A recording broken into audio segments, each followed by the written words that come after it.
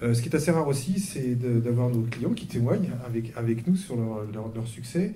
Donc j'en profite aujourd'hui de la présence d'MCPP pour justement leur demander de nous faire un petit retour sur votre expérience de choix et d'usage de la solution Hortems chez vous.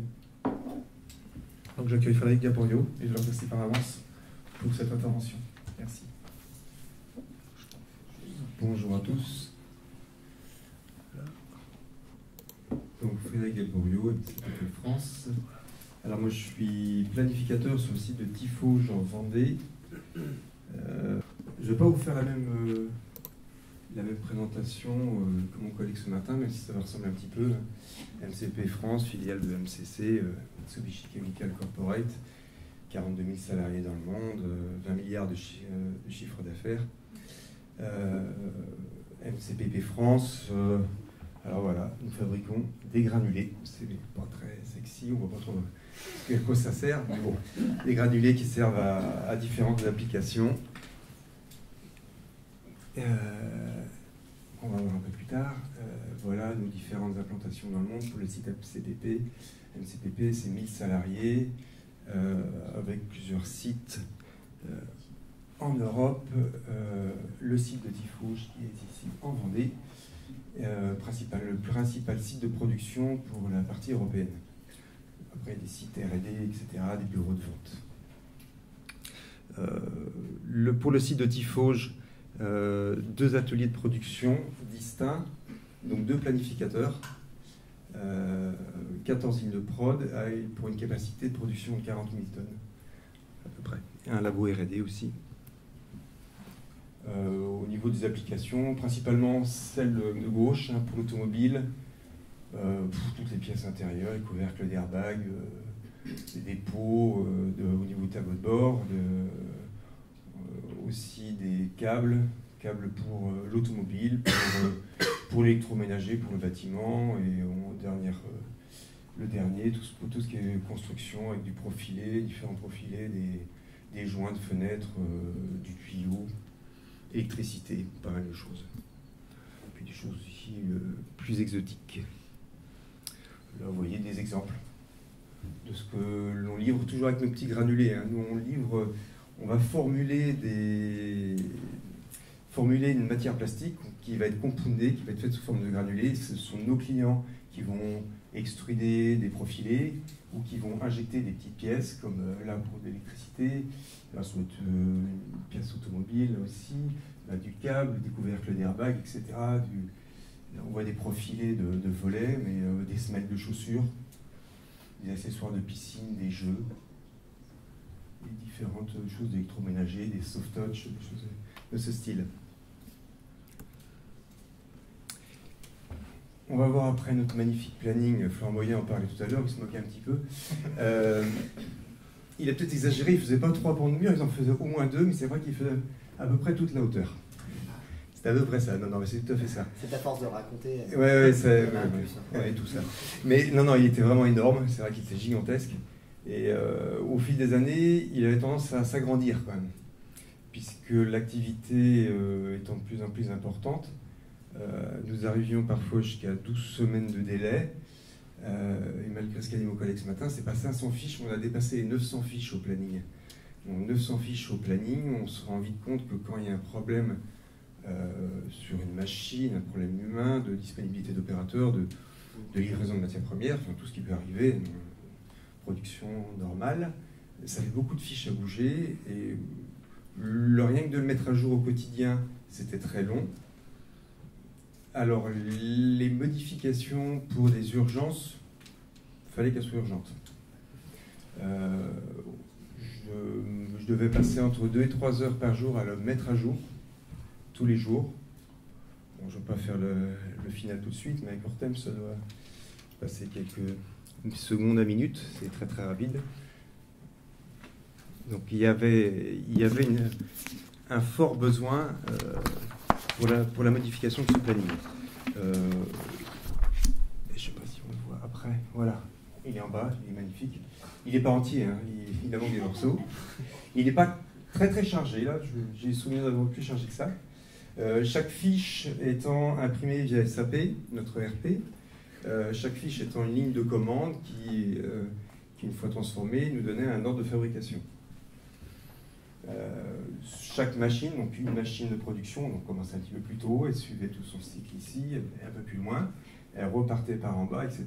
Donc vous pouvez avoir plusieurs centaines de fiches par machine, donc chaque impact ici faisait bouger toutes les fiches, nous faisait bouger manuellement, donc on devait recalculer, alors on mettait des petits pavés de couleurs pour indiquer si on avait des arrêts de maintenance, des productions à ne pas démarrer avant telle date, enfin tout ce qu'il peut y avoir au niveau ordonnancement sur le planning. Donc, comme il a été dit par pas mal de personnes, le souci sur ce genre de planning, alors l'avantage c'est qu'il est visuel, tout le monde voit s'il est très chargé ou pas chargé, ça c'est facile à voir. En même temps, il n'est pas visuel du tout parce qu'on ne voit rien du tout. Moi j'ai vu des tas de personnes venir au planning, puis prendre une fiche, la regarder, ah oui, c'est là, puis après, oh, je mets où? Je sais plus. Sauf que nous, après, oui, mais où? On va leur mettre par là. Voilà. Alors, c'était un planning qui était dans la tête du planificateur, qui avait à peu près, qui faisait ce qu'il pouvait pour essayer d'avoir en mémoire toutes les informations, savoir s'il planifiait correctement ou pas, les réceptions des matières premières, essayer d'anticiper. Il notait des petites choses, on ne voit pas, mais il y avait des petits points fluo à droite, à gauche. Alors, il voulait-il dire quelque chose sur les fiches, on les voyait, il y avait des choses écrites dessus. Le remplacement du planificateur devenait de plus en plus compliqué. Moi, j'avais du mal à prendre des jours à être absent, puisque mon collaborateur, pour me remplacer, commençait à souffrir un petit peu. Et bon, je ne vous parle pas de la vision à long terme ou moyen terme. On a une vision en termes moyen terme, mais en même temps, cette vision donne juste le fait qu'on soit chargé ou pas chargé. On ne connaît pas vraiment la charge dessus, hein. On n'est pas capable de la mesurer. Donc ça, c'était notre ancien planning. Excusez-moi, même sous Excel, vous n'avez pas essayé de faire un truc juste basique? Non. Historiquement, on était resté à un planning des années 50. Non, on n'avait que sur... Avec Excel, en 30 ans ou 40 ans, on arrive à faire quelque chose. Oui, mais on était toujours resté sur ce type de planning. Et comme disait mon collègue ce matin, c'est vrai que on a été racheté par Mitsubishi il y a 5 ou 6 ans.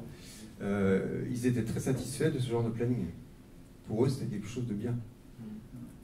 Pour nous, quotidien, pas. Mais... Et vous n'êtes pas les seuls. C'est ce qu'on nous a dit. Hein. Non, mais c'est très sincèrement. Oui. Alors, au sein de FCPP, je sais qu'on a un site à Clairval qui, lui, travaille sur MS Project. Bon, il rencontre aussi des difficultés. On va en parler un petit peu après. Voilà, donc, le planning actuel. Voilà pourquoi vous comprendrez qu'on avait décidé de changer pour un outil informatique. On avait quelques objectifs aussi, hein. On va essayer d'écrire en anglais, mais comme améliorer le taux de satisfaction client, qui était celui que je mesurais en 2017 était à 87%, il est passé à 89 et à 91% en 2019, on a gagné 2% par an grâce au planning Hortems. Je pense qu'on peut encore s'améliorer.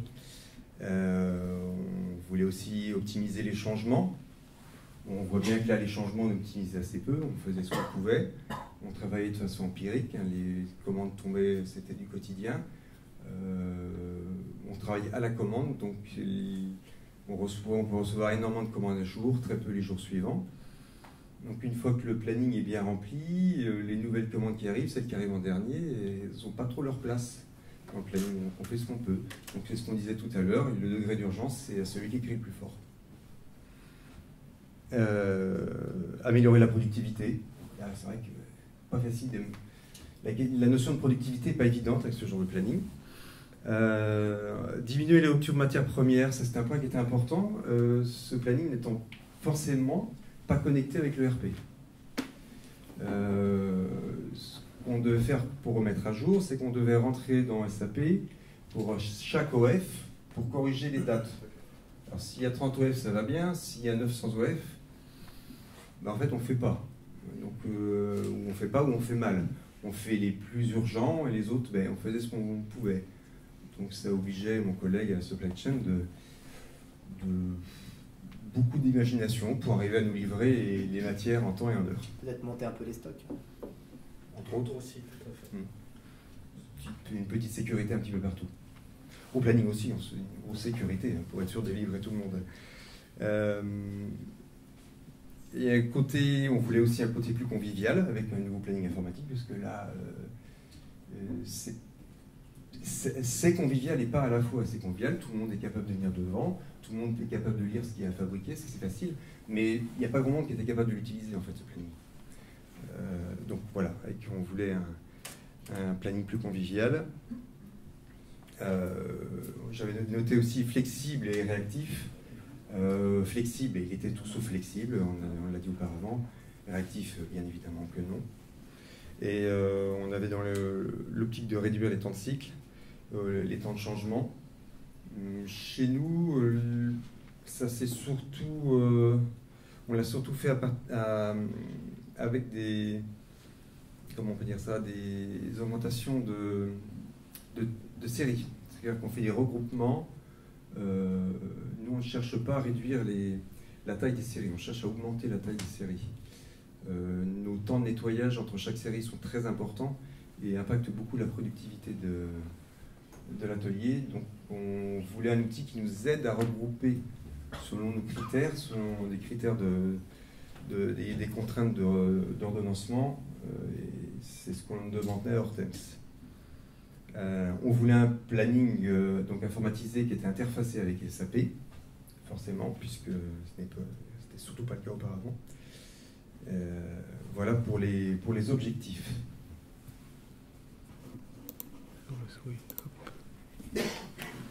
Bon, je ne vais pas vous montrer le planning Hortems, vous l'avez vu auparavant. Ça, c'est ce qui existe maintenant avec toutes nos lignes de fabrication et notre charge. Peut-être que de prime abord, pour certains, il n'est pas plus visuel que le planning d'auparavant, mais ça n'a rien à voir. Je vous confirme au quotidien, ça n'a rien à voir.